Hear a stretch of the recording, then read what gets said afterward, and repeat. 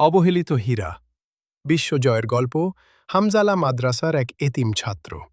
ছুটির দিনে সে মাদ্রাসার এক কোণে একা পড়ে থাকত। সমাজের চোখে সে ছিল অবহেলিত।